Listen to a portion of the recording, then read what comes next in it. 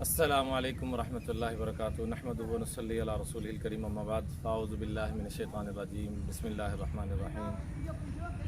قیل یا ارض بلعی ماءک ویا سماء اقلعی وغیض الماء وقضی الامر واستوت علی الجودی وقیل بعدا للقوم الظالمین صدق اللہ العظیم۔ میرے انتہائی قابل احترام خواتین و حضرات، اللہ جل جلالہ نے سیدنا نوح علیہ السلام کو جو اتنی مبارک نسبت عطا فرمائی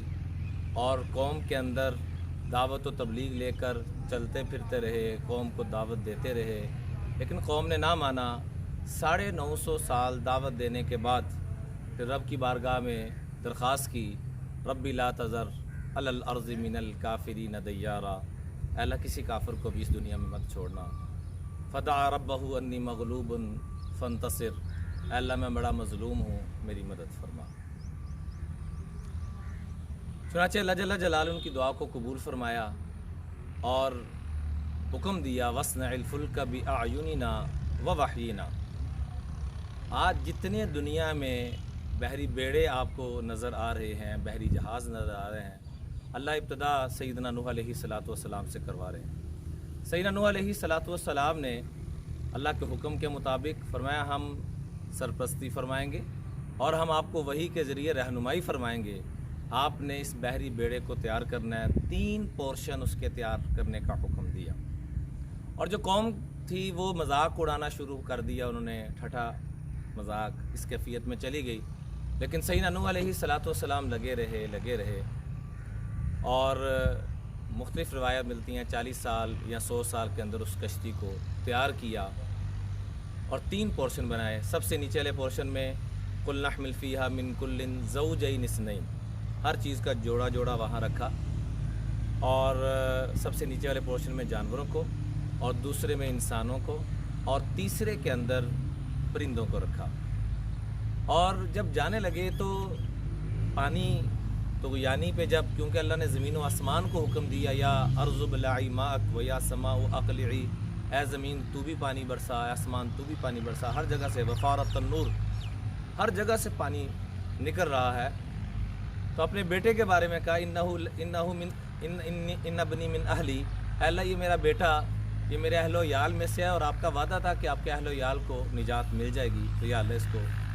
تو نجات عطا فرما دیجیے۔ تو جواب ملا انہ لیس من اہلک، یہ آپ کے اہل و عیال میں سے نہیں ہے، انہ عمل غیر صالح، کیونکہ یہ آپ کی بات ماننے والا نہیں ہے۔ روایات میں ملتا ہے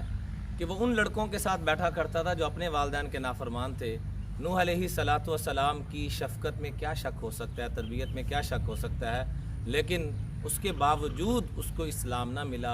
اور طوفان نوح سے بچ نہ سکا اس بری صحبت کی وجہ سے،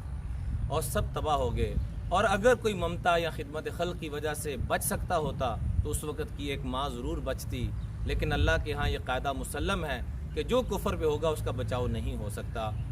وہ عورت اپنے معصوم بچے کو لے کر سب سے اونچی چوٹی پہ چلی گئی، اور جب دیکھا کہ پانی سر کے قریب آ گیا ہے تو اپنے سر پہ بچے کو رکھ لیا، اور جب دیکھا کہ سر سے بھی کراس کر رہا ہے تو بچے کو اٹھا کے یوں اوپر کر لیا، لیکن اللہ نے اس کو بھی نجات نہیں عطا فرمائی۔ تو اللہ کے ہاں یہ قاعدہ کلیہ ہے، نجات ملے گی تو صرف ایمان والوں کو، انہی کو امن ملے گا۔ اور جب